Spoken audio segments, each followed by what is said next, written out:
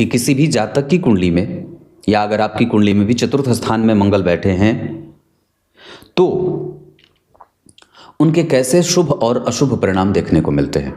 सबसे पहले मंगल ऊर्जा के स्रोत होते हैं।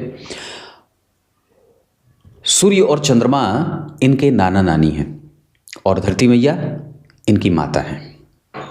क्लियर है? इन्हें सत्वगुण ग्रह कहा गया है और पापक ग्रहों में इनकी गणना होती है। विचार अगर करते हैं तो मंगल तेज और शौर्य के कारक होते हैं।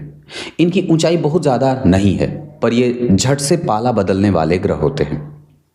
ये इतने पराक्रमी होते हैं कि इनको भगवान नरसिंह के पराक्रम से जोड़ दिया गया है। भगवान नारायण का पराक्रम स्वरूप जो नरसिंह है अवतार, उससे इनको जोड़ दिया गया है और इतना तीव्र पराक्रम की खंभे में से स्वयं को प्रकट कर दिया।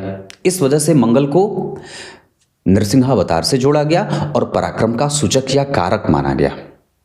किसी भी भाव के जब ठीक पीछे मंगल बैठे हों तो उस भाव के फल में थोड़ी कमजोरी ला देते हैं। जैसे अगर यहाँ वो चतुर्थ भाव में बैठे हैं तो वो पंचम भाव के फल में कमजोरी लेके आएंगे। मतलब अब पंचम भाव का फल निम्न स्तर पे मिलने लगेगा।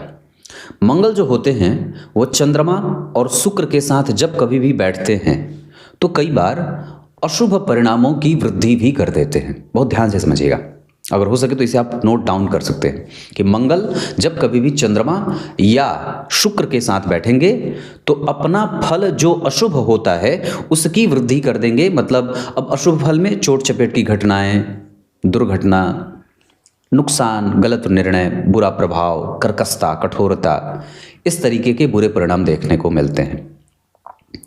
विचार अगर करते हैं इनकी कुंडली में भी या किसी भी व्यक्ति की कुंडली में अगर चौथे भाव के मंगल बैठे होंगे तो सबसे पहले अगर वो उच्च राशि में बैठे हैं तो व्यक्ति की इच्छा होगी कि वो संपत्ति इकट्ठा करे।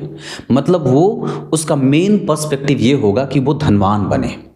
पहला, किसी भी तरीके से अगर जन्म कुंडली में चतुर्थ भाव में उच्च के मंगल विराजमान हैं तो मतलब 10 नंबर की राशि में मंगल देव अगर बैठे हैं और चौथे भाव में बैठे हैं तो साथ ही साथ अगर मंगल देव वहां पे अपने मित्र के साथ बैठे हों, जैसे गुरु के साथ बैठे हों या सूर्य के साथ बैठे हों और अस्त न होते हों, या किसी भी स्थिति में अगर शनि के साथ भी बैठ जाते हों चतुर्थ भाव में तो थोड़ा बहुत अंतर्कलह होता है।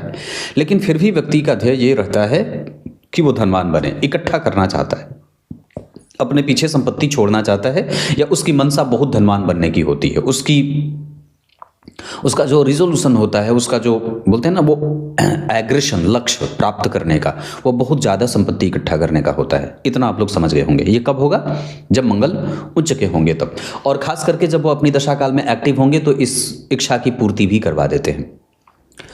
पर बात आती है कि अगर मंगलदेव जन्म कुंडली में नीच राशि में बैठे हों या 3 नंबर की राशि में बैठे हों, यानी कि 3 या 4, यानी कि नीच की राशि की तरफ बढ़ रहे हैं या तो पूर्णतया नीच राशि में हो गए हैं, मतलब 4 नंबर में बैठ गए हैं। इस अवस्था में कि अगर मंगलदेव जन्म कुंडली के चतुर्थ भाव में बैठे हों और या तो 3 नंबर में या तो 4 नंबर में बैठे हों तो ये उस व्यक्ति को गलत मैत्री में ले जाने वाले होते हैं, क्योंकि चतुर्थ भाव मित्रता का भी होता है। इस वजह से चतुर्थ भाव में अगर मंगल 3 नंबर या 4 नंबर में बैठे हों तो व्यक्ति गलत मित्रता में जाता है। या पहला ये दूषित परिणाम हो गया। दूसरा दूषित परिणाम कि उस व्यक्ति से गलत निर्णय बार बार होता रहता है, ये दूसरा बुरा परिणाम हो गया। तीसरा बुरा परिणाम कि उस व्यक्ति के नाम कई महिलाओं के साथ जोड़े जाते हैं, विवाह के बाद भी, विवाह के पहले भी। है या नहीं है ये आप जानते हैं, पर नाम अवश्य कहीं ना कहीं जुड़ जाता है। या उनके ऊपर तीव्र लांछन लग जाए, आपने जो काम नहीं किया है कई बार आप उसकी भी सजा भुगत रहे हैं, ऐसा भी होता है। अगर यही मंगल जन्म कुंडली में 3 या 4 नंबर में बैठे हों तो व्यक्ति को संपत्ति इकट्ठा करने में अब निर्णय बदल जाएगा। जैसे उच्च के थे तो संपत्ति इकट्ठा करवा रहे थे और उसका लक्ष्य भी वही बन रहा था, लेकिन अगर 3 और 4 नंबर में हो तो व्यक्ति के पास संपत्ति इकट्ठा करने में दिक्कत होती है और कई बार उसकी बनी बनाई संपत्ति या संजोई गई संपत्ति भी दूसरा हड़प करके चला जाता है। यह नुकसान होता है। इस मंगल के 3 और 4 नंबर की राशि में बैठने का एक दूषित परिणाम घर में अंतर्द्वंद, कलह प्रियता झगड़ा, फसाद और बेवजह की चीज़ों पे एनर्जी ज़्यादा जाती है, जिसका कोई अर्थ नहीं है, उस जगह पे आपकी मानसिक अशांति बेवजह आपको मिल रही है।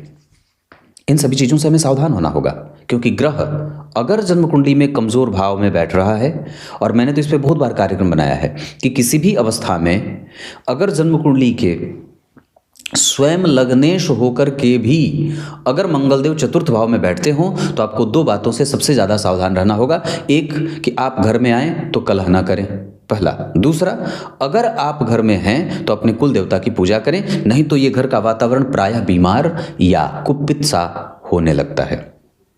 क्लियर है? गलत निर्णय से बचना है, गलत मैत्री से बचना है, जल्दबाजी में निर्णय लेने से बचना है। विवाह करने से पहले बहुत अच्छे तरीके से विवाह को खंगाल लीजिए, अच्छे तरीके से समझ लीजिए, उसके बाद विवाह पे जाइए।